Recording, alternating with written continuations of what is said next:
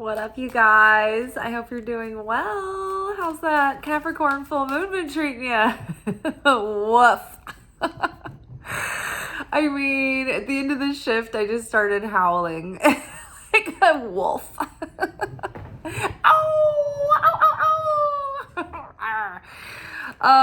Yeah, a doozy for sure. Build and Protect just hurled themselves out before we even got started. So we're here for our weekly energy forecast. We're taking a look at the week ahead to see what kind of spiritual energy we will be living in. I like to think of this as like our spiritual energetic weather report. So right off the bat, this build came up in my personal reading for the week and Protect.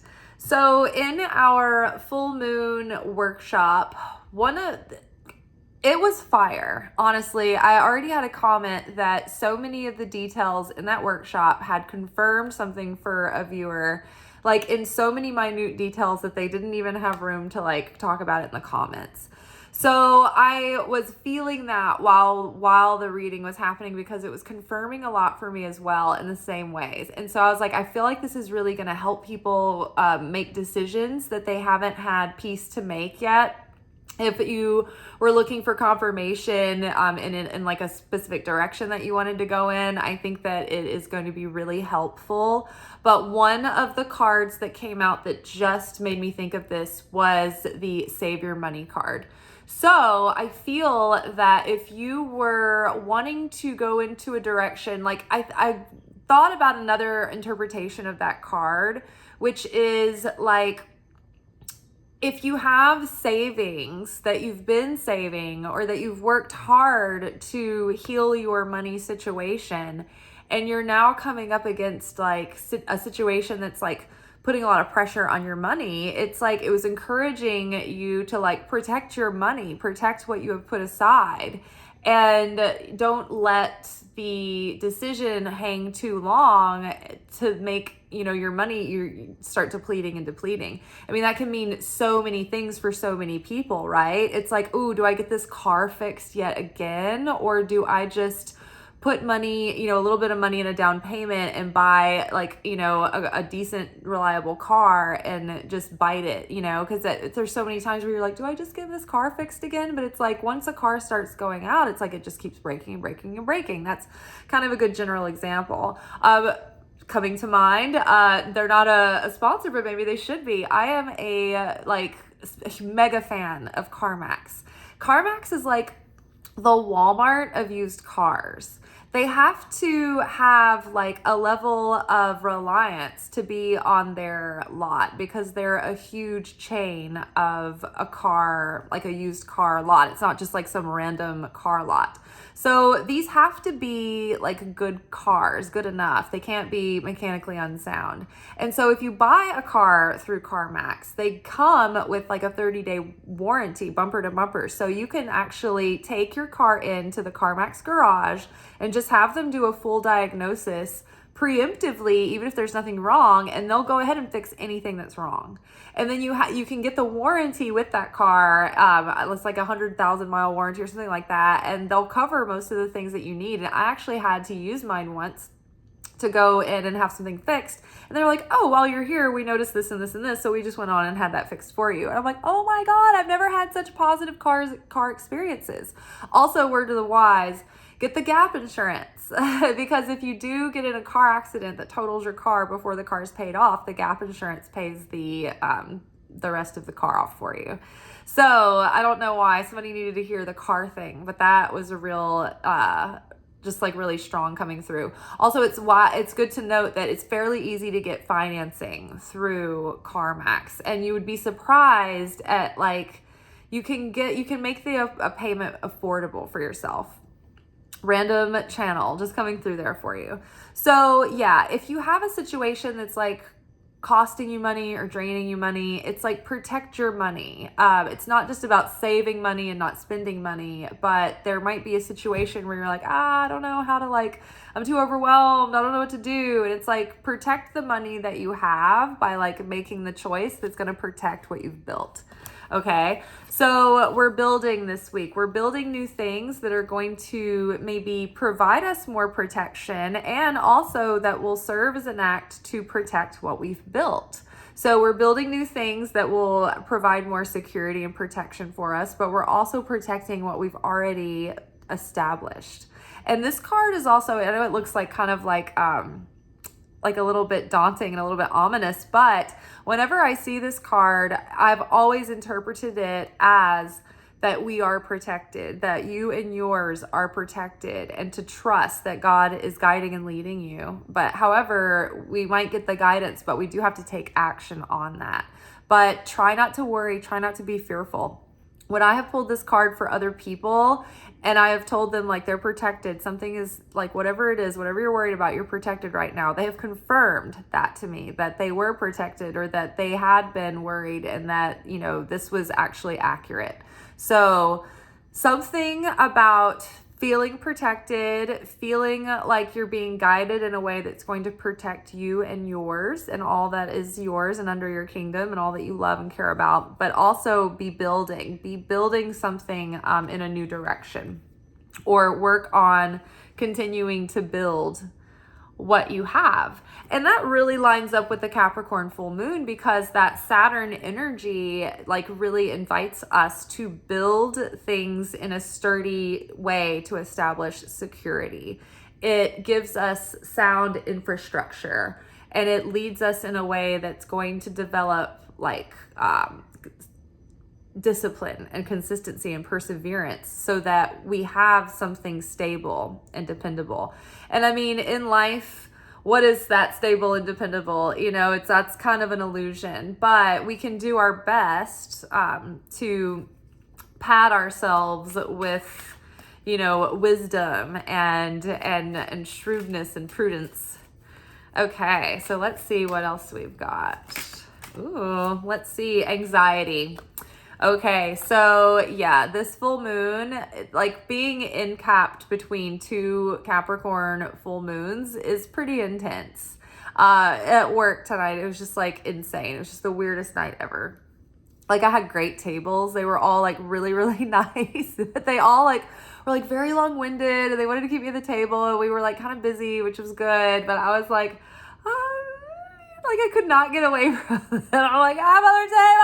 Oh my God. This building is huge. Like just to get to my patio tables, it's like I've got to cross the Jordan River to get there.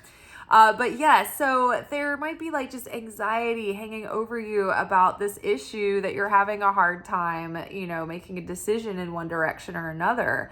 But just try to get into a state of inner peace and calm and feeling protected while you're taking, you know, doable action steps, just one little step at a time to move in a positive direction that's going to build what you want to build, that's going to keep building upon what you would like to establish for yourself. Okay, so that anxiety can eat you up, and it can put us in a state of low-level trauma response, right? And so think back, you know, in the past couple of weeks, I know I've been like cycling through like fight, flight, freeze, fawn. Like I've run the gamut, you know, ruminating, like everything. The anxiety has been real. So again, like do what you can to regulate your nervous system, to ground yourself, to find peace. I know that nothing gives me more peace and refreshment than when I can go for long walks out in the woods and pray to the Creator and listen. And you know, the trees and the what is the mushroom, I can't think of the word right now. I'm worried about myself. But the I can't think of that word. But it's like all of the foliage in the woods and the networks of root systems underneath the ground. The trees communicate to one another. The mushrooms communicate to one another. And I firmly believe that the trees can speak to us while we're out there in like a telepathic way. And so many times when I surround myself with nature and mitochondria, Thank you. So when I surround myself with nature and I'm praying to the Creator, I'm praying to Jesus, I'm praying to the Holy Spirit, it's like I start getting these like downloads out there in a way that I maybe don't get from other, like in other environments. It's just like they just start coming through. Take your shoes off and put your feet on the ground. Take a salt bath, and that helps ground you. I love going on a good run and getting rid of that excess energy, right? Because so many times when I'm anxious, even though it sometimes makes me feel exhausted, it's like if I can get out and run and get rid of that excess energy, that edge, and just tire myself out, get a good sweat, and like think about overcoming my situation while I'm out there, feeling those endorphins and creating a sense of like a feeling of victory within myself. It helps so much. And then I can clear my mind and make better choices. And then when I sit down to take action, I'm not like, I've got to do this. I've got to do something. It's like I can sit down and all of that extra noisy energy has been exercised, and I can sit in calmness and then take action from at least a state of calm, right? Because when we put our hands to an action, whatever we do, whatever we start, whatever we, put our hands to, the seed level that we are planting is the consciousness that we're in at the time. And so if we're acting from a state of anxiety, then it's going to translate chaos into the seeds of whatever we're creating. And then that thing will have it'll be faulty. Like our efforts won't yield the same kind of fruit as if we were calm and feeling positive and feeling at ease when we sat down to do the thing. So try to shift yourself into a mind frame of a heart-centered space of love and peace and certainty that the Creator has got your back and that you won't be, left out in the cold, that it's all going to be okay. And then take action from there. If you're annoyed or frustrated, that's not a good time to write a text or an email. Even if the email is not related to the thing that you're frustrated about, it's like that chaos is still contagious and it will just go into that thing. It's sort of like, I like to describe it like when you're cooking and you're getting your mirepoix, right? You've got to start with your onions and you need to cook your onions down without them getting burnt or singed or browned. Because if you burn your onions or if you burn your mirepoix, the whole flavor base of the entire pot is going to be off. So you might as well just throw that out, start over from scratch before you add everything else in. Same is true for your consciousness, for the seed level of consciousness. The consciousness is the cooking of the onions to begin your pot. So that's going to affect the flavor of anything that you're doing after that. What do we have? Growth. I love this. So whatever's happening, it's like we can build something, we can grow something, and that we've been growing and we've been building. And not only is this a growing experience, we can reflect back and we can take from what we've learned, and we can learn from our mistakes, and we can learn from our shortcomings, and we can do better as we're growing new things and building new things. Not only are we growing from this, but we're growing something new. And actually, we are protected as we set out to build something that can really grow and can help us grow and help us grow our life, right? And any change, any time we attempt something new, it kind of gives us anxiety. There's the freshman nerves around the situation, but that's all it is. And, I just think back to the years on set where I was new and I was learning, and you don't get training on the job when you're in film. You have to, it's trial by fire. You get gigs and you mess up and you look like an idiot until you learn. There's nobody that's training you. You kind of they're like, that thing's over there, and everything's called something weird and different. And so it's not obvious. Like when they're like, can you go get me a butt plug? And you're just like, what? And it's like a thing. There's like this metal adapter, and it's like everything is called something weird. And you're like, it's like a whole other language.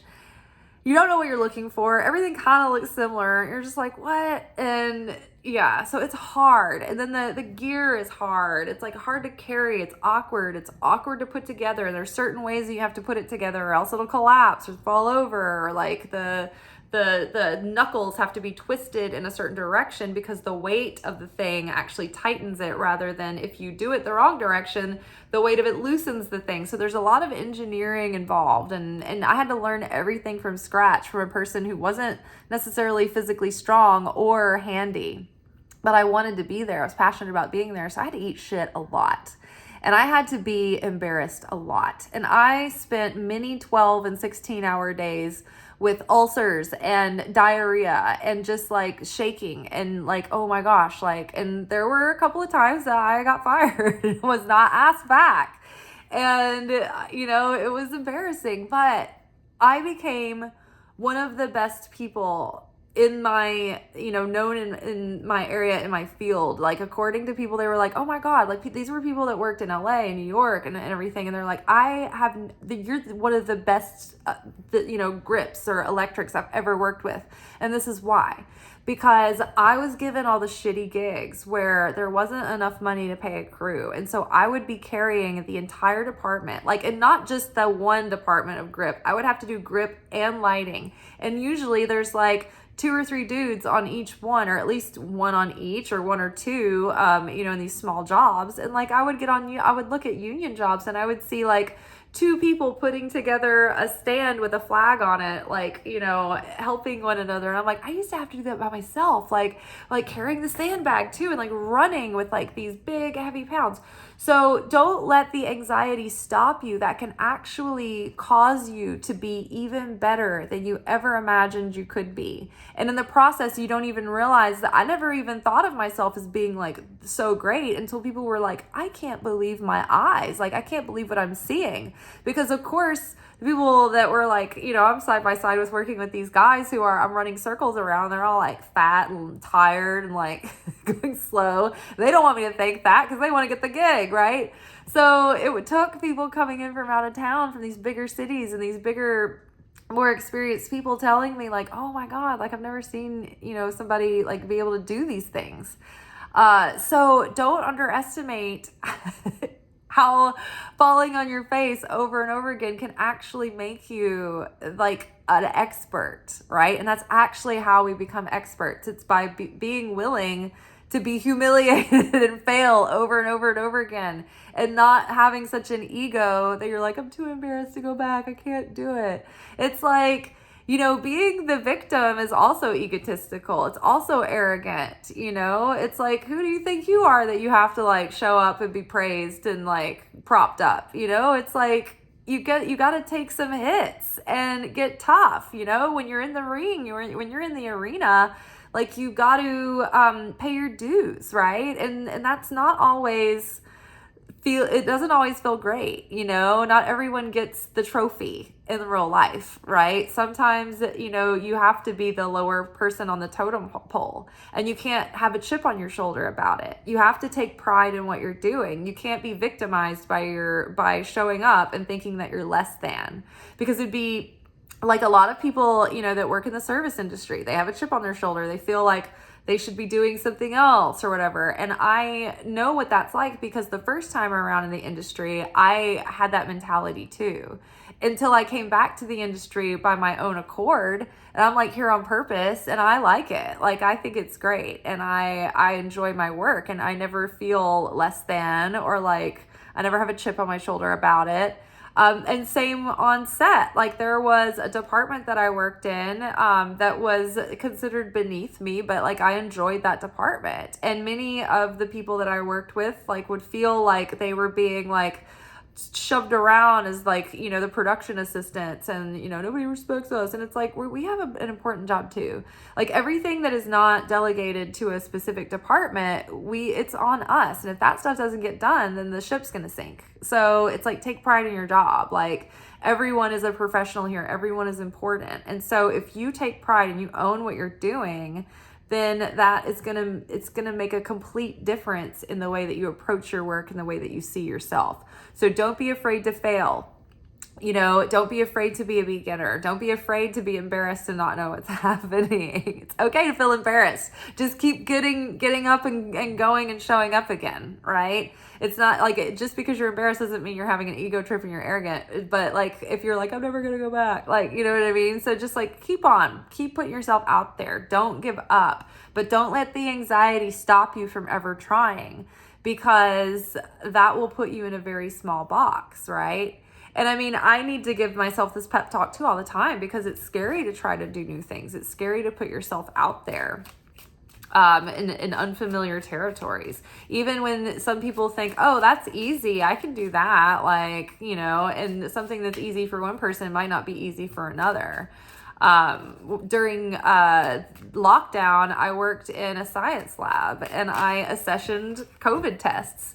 And I would prepare the test kits and the samples, and I would take the tests that would come in and I would put them in their trays, and I would do the data entry, and none of that was familiar to me. I've never worked in an office environment. I didn't even know how to use a PC, right? And I'm like, at this age of my life, I'm not fresh, I'm not new. So I'm like feeling pretty stupid going into an office being like, yeah, I don't know my way around a PC. Like, I don't know any of this. I'm a slow typer, but in the end, I became like really good at it because I would pay attention to detail. I would take my time and I wouldn't make a bunch of mistakes. Whereas like a lot of my coworkers around me were like young college dudes. They were in a hurry. They weren't paying attention. They were just in a hurry to get to their lunch break and spend all their money. And then they wanted to go out, it's like they were having all these mistakes in their work. And I mean, think about it. This is like people's COVID tests that were like in the hands of these guys that weren't paying any attention. And because they were fast typers, it almost made me feel like I couldn't keep up. Like I was doing a bad job compared to them. But what's worse? Like, what's better? Getting your work done fast, or having like efficient and thinking that you're efficient, or having a bunch of like wrong work turned in, So give yourself a chance, right? And take it step by step. Don't be afraid to be a beginner. The cycle of life, right? It's like, you go from one thing and you feel like you've graduated that point of your life and you're on top of the world, and then you start out in another thing and you're like, oh my gosh, I'm new again. I don't know what I'm doing. You have cold feet, you have, your nerves, freshman nerves, you're wet behind the ears, but the cycle turns, right? And nothing is the same forever. So whatever situation that you're in now, whether you're in a season of like, mourning the change of something that's come and gone, or you're excited to start something new, whether you feel like you'll be stuck in the situation forever and you're in like a stalemate, or like you're in you've plateaued, you're in a rut. The rut won't last forever, right? You can get out of that. Things change, things move. And even if you're taking for granted an easy situation right now, that's like everything's going great, like that doesn't last forever either. So everything's a cycle. So just be comforted to know that this too shall pass. You can move forward, things will cycle through, but we are starting a new cycle right now. And this whole year has been about jumping that timeline and starting that new cycle. And so old cycles are really wrapping up. And that second Capricorn full moon that we're in now, it really is tying up loose ends. It's like, all right, whoever you are not anymore, you can't keep straddling the old timeline. And so things that are still like, sort of things that were definitive of your old self, that aren't helping you, that aren't adding value to your life, that aren't really in alignment with you becoming that higher version of yourself now, or that this version of you going into the next cycle of your life, those things are really trying to fall away. And so anything that has turned up the discomfort and is like, okay, if I keep holding on to this, it's going to be harder and harder and harder. It's a sign that it's time to like, this is the cycle. This is pushing you in a new direction. So don't be afraid. It's just that like change is not that great for like some people. Like I have a hard time with change. I have a Cancer moon. I get attached to everything. Like mundane material items. Like I can get attached to just about anything. I can get used to a situation so easy. So it's hard for me many times to make change, even though I love change and I love variety and I love new things and experiences and adventure. It's hard sometimes to let go of attachment. So moving forward, new cycles are starting. So that it might bring you anxiety for a minute, but we're going towards growth and we're going to build something of beauty and of strength. And it's like this wild rose here. It's not necessarily a wild rose, but it's a knockout rose. Roses are symbolic of so many things, but they represent the bittersweetness of life, but the beauty, like the bittersweetness of the beauty of life, because without difficulty and the pain and the thorns, we can't recognize the magnificent blooms, right? We can't see the beauty, the depth of the beauty. Our ability to experience the depths of joy and love, like, can't come without the contrast of having been through the lack thereof, or pain, or going through darkness, so it's those times that you can, the depths of those darker times that can help you appreciate the beauty of the lighter times, right? And so knockout roses are tough. They're hardy. They're resilient. They can get through like the heat of the summer and strong winds and tons of rain or lack of rain. It's like they're determined and they get huge and they're prolific. They bloom all throughout the summer. It's just like they're there's a lot of people in East Nashville that have like knockout roses, and it's one of my favorite things that people have in their yard because they bloom so much. It's not just a fleeting passing flower. It's like they continue throughout the summer and into the fall. So I love that too. So we're going into a season that our bloom, like, it continues. It's not just these brief moments of joy and then they're gone. It's like something that's more sustaining, something where we can be in a more beautiful situation that's sturdier, that's more that perpetuates, rather than being like these little moments of fulfillment that come and go, but they're fleeting, right? I think we're moving beyond that. We're moving towards building something that is more long lasting. All right, I'm going to end on that note. I hope you guys hope you get through the full moon. Let's just leave it at that. This is going to be an interesting week. So good luck out there. I hope you're headed towards something exciting and fruitful, and that's going to be a blessing to you. And our daily pick a card was 3 of Wands, which is positive. It's like the early stages of a first level of achievement or accomplishment in a certain direction. So I hope that you guys have something special come through. Saturn, which is the ruler of Capricorn, is very stern, but if you do the work and you take a chance on yourself, it usually comes with a gift too. So don't be afraid to step through your fear and take a leap of faith, and hopefully there will be something beautiful waiting for you on the other side of it. I ate. Ciao. Thank you for watching. If you enjoyed this video and you got something out of it, then please give it a like. Subscribe to the channel. Turn on notifications to be notified of when I drop content.